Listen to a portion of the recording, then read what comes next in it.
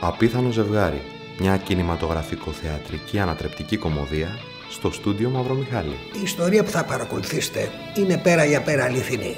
Τα ονόματα βέβαια και τα αφημί έχουν αλλάξει για ευνόητους λόγους. Πρωταγωνιστούν αλφαβητικά Άννα Ήρης, Σταύρος Κανελίδης. Συμμετέχουν κινηματογραφικά Δημήτρης Πουλικάκος και Τυφίνη. Ένα ζευγάρι που η σχέση του βρίσκεται σε κρίση θα κάνει τα πιο απίθανα πράγματα για να σώσει το γάμο του. Πόσα δεν ξέρεις για μένα. Πόσα δεν ξέρεις. Πάσχεται από ναρκισσισμό. Εσείς δεν ξέρετε πώς είναι να σεραπείς ζωή αλήτητα. Γιατί είμαι από τις μαμάδες που δεν ανακατεύονται στο ζευγάρι. Τι λες, γιατρέ, αυτή είναι η λύση? Πρέπει να ισορροπήσουμε αυτή την κατάσταση.